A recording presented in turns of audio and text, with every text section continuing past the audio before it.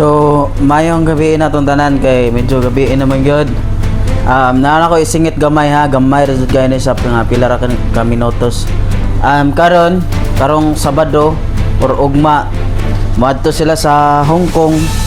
So, kung kinsa to na sa Hong Kong, magkita-kita lang mo dito kay sila ang moadto sa Hong Kong, sila ni PDP Laban.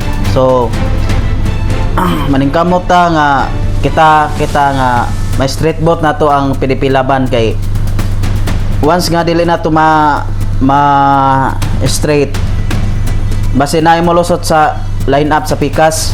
So karon hangyo lang nako ninyo nga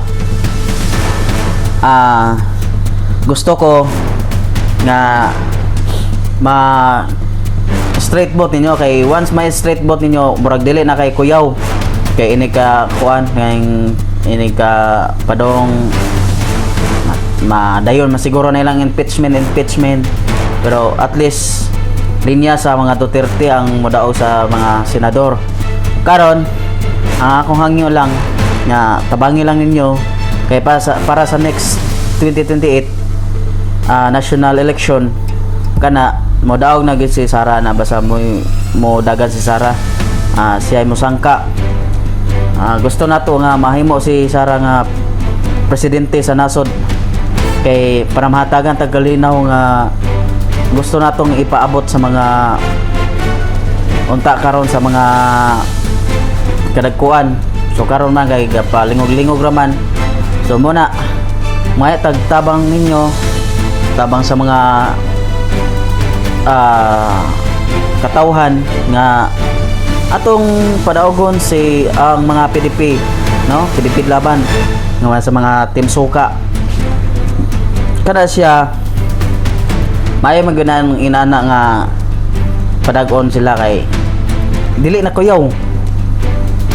No, si Sara, si Inday Sara din na kuyaw, no?